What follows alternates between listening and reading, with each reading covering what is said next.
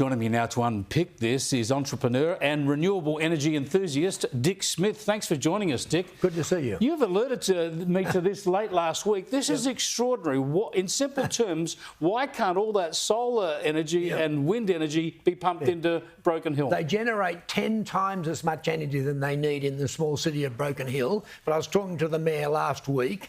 He said once the power line went out, which was the coal power line from Victoria, once that went out, all of the renewables got turned off. And that's the problem. If you don't have baseload power, don't believe what the CSIRO says. It's a lie. If you don't have baseload power, you don't have renewables. You need it to drive the system, to stabilise the system. Absolutely. For them to add in on top of. We have an alternating current system that's synchronised from Cairns to South Australia, and it all runs exactly at the same speed.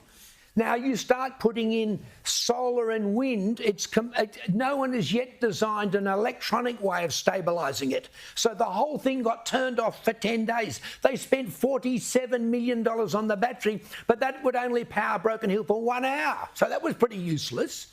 So it's an example of what's going to happen to the whole of Australia if we believe we can run, as the CSIRO says, 90% of our country on renewables and storage. It's impossible. It's analogous to a degree to what happened in South Australia back in 2016. Exactly the same. It's exactly the same. Yeah, once you knocked out that baseload power, had all that renewable energy, all that wind energy available, but you can't restart the system with that. You had to wait till you got gas and coal energy back. Why doesn't the CSIRO tell us this? This is what I can't get over. Now, I've been defaming the CSIRO for 12 months now, saying their GenCost report is a lie. It's the opposite to the truth, because they're saying renewables and storage are cheaper than everything. I'm saying that's the opposite. They're so expensive, they're unaffordable. Do you know what? I think there are 6 directors on the CSIRO board. Not one of them has lifted the phone and said, Dick, you're wrong.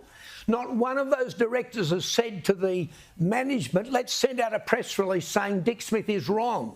Well, and Aidan Morrison, like you, has been picking this apart for the Centre for Independent Studies. Very meticulous analysis of all this, demonstrating why it's misleading and wrong. And I wrote about that in the Oz on the weekend. This is a problem. I want to get your thoughts when we're on that, because, sure, there's always going to be renewable energy, and we all see the advantages of it, but you need that base load, as you say, as this clearly demonstrates in Broken Hill. So one of the options for the base load is emissions-free base load being nuclear. You must have been impressed by what's happening in the US with Microsoft, Amazon, Oracle and Google all going in big, major investments in nuclear energy. Yeah, but what I'm worried about is Australia. I'm worried about our grandchildren. And the fact that we're going to delay, we'll go to nuclear eventually. But let me tell you a story. I ran some ads in the Australian saying if we're going to have submarines, they have to be nuclear. And my friend said to me, Dick, you're wasting your money. Labor will never, ever accept nuclear. It's an ideology from the 1950s. It will never accept nuclear. One day I woke up in the morning and Labor had accepted nuclear. Why did they do that? Because it was the only answer for the interests of our country. Now, it's the same with nuclear energy, and I'm really worried.